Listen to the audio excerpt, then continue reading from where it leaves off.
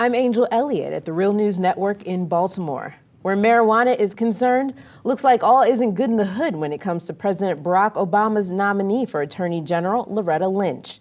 When asked her opinion on the federally illegal drug, she said that she shared the same opinion as her predecessor, Eric Holder, and would not support the legalization of marijuana. Now, do you believe and do you support legalization of marijuana? Senator, I do not. Not only do I not support legalization of marijuana, it is not the position of the Department of Justice currently to support the legalization, nor would it be the position should I become confirmed as Attorney General. Joining us to weigh in on this subject is Law Enforcement Against Prohibition Executive Director Neill Franklin. He's a 33-year police veteran who's led multi-jurisdictional and anti-narcotics task force for the Maryland State Police and ran training centers for the BPD and the Maryland State Police. Thanks for joining us, Neill. Great to be here, Angel. Now, in Loretta Lynch's confirmation hearing yesterday, Senator Jeff Sessions read her this quote that President Obama said, where he said that marijuana isn't much more dangerous than alcohol, and he actually partook in it in his youth along with cigarettes. And she proceeded to say that she did not share the president's views, and if confirmed as Attorney General, then she would uphold the DOJ stance where marijuana is illegal. So, your thoughts? Well, I would think that it's probably something that she feels she has to say. I hope that she has a little bit more information and education on this topic as being the new top cop for the country.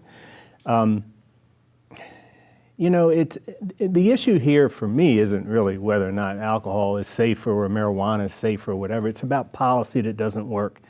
And that's something that she needs to be very familiar with. Is the policy effective or is it problematic? And I think that the country right now realizes that the problem is far more problematic than the use or possible abuse could ever be of marijuana.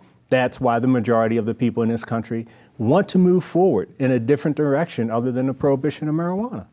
Right. In fact, 10 states are looking at legalizing marijuana as well. And you know what happened in D.C. That measure was struck down. So do you think that she won't be a game-changing Attorney General where legalizing marijuana is concerned, or will she just follow tradition?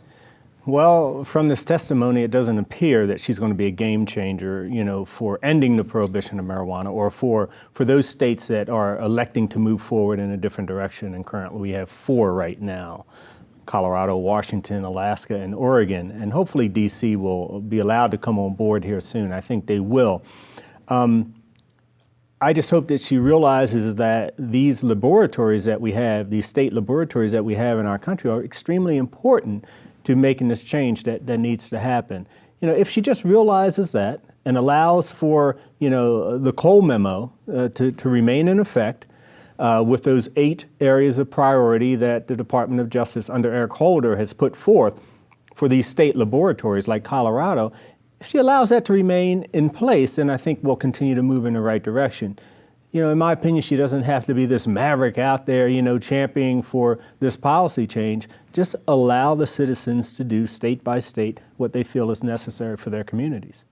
She also said that marijuana leads to crime and criminalization. Your thoughts on that? Well, the way she put it, talking about money laundering and the violence and the criminal enterprise surrounding the marijuana industry, she really just made the case for legalization. If you don't want money laundering, put it into a regulated market, okay? If you don't want violence in your streets from gangs competing against each other, put it into a regulated market. We don't have these problems with the regulated market of alcohol and tobacco. So, she made the case for ending the prohibition of marijuana during her testimony. Right. What should she have been asked? She was asked if she supported it. She was asked if she followed what President Barack Obama said. What should she have been asked in that hearing where marijuana is concerned?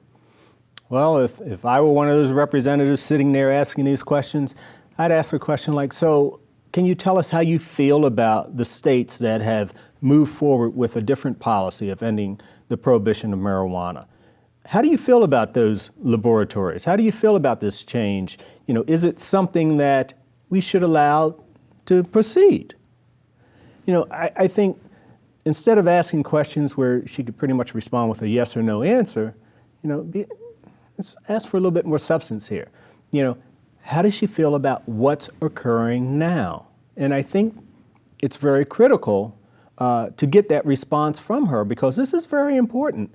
You've got these states that are moving forward and, demonstrating, acting on what the people want, and to have a new top cop for the country come in and say either yes, continue, or no, we're going to stop it all, or try to stop it all, that can be very problematic.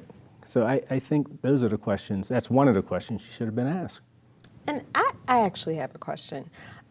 Do you think that the DOJ is behind times where marijuana is concerned? It's obviously, like you said, the will of the people, a lot of the people, to have it be, to have the prohibition ended. Do you think that they're behind the times? And what is it going to take for them to understand that this is a ball that's going to keep rolling? Well, I'll speak to one part of the Department of Justice, and that's the DEA. They're way behind.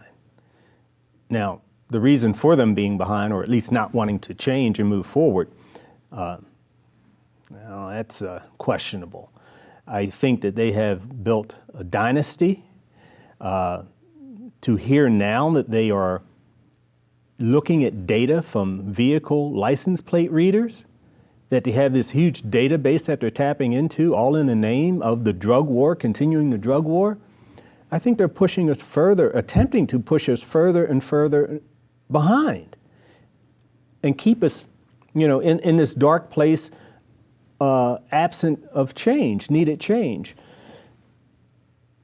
I'm just grateful for the people of this country who realize that we need to put in place a different policy, one that is going to be safer for our communities, where we're no longer imprisoning certain groups of people, our black and brown citizens. Now, Loretta Lynch, she's up in New York. I mean, is she really saying or indicating that we should maintain the practices, that the NYPD has been using over the past few years with stop and frisk, all in the name of weed, marijuana? I certainly hope not. So the Department of Justice under Eric Holder, we were seeing some glimmers of light. I sure hope that nobody's pulling down the shades right now. I don't know. I hope her testimony is not going to be reflective of her real position on this issue. Thanks so much for joining us. Thank you, Angel. And thank you for joining us on the Real News Network.